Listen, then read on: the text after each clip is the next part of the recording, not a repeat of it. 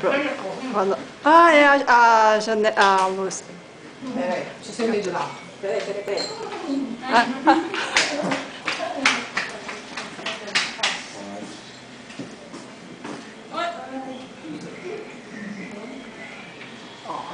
Tô indo pra sala, hein? As fotos, né? Tava aqui antes, da Lê, Pete, Sica, Xando.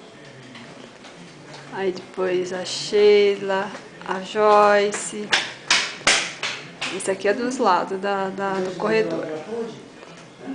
Os quartos continuam. Ah, os quarto da mãe. Quarto da Ubá. Também comprou uma cama nova. Cadê a luz?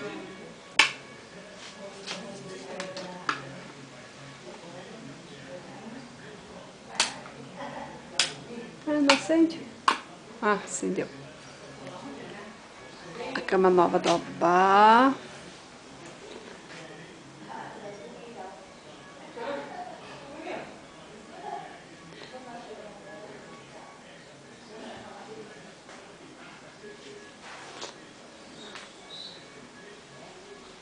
Opa!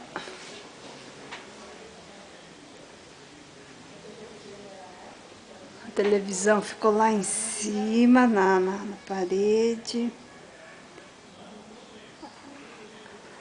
Aí o tio Lu colocou um espelho. Colocou um espelho aqui. Aí vem uma cômoda. Dá pra ver direito, né? Peraí.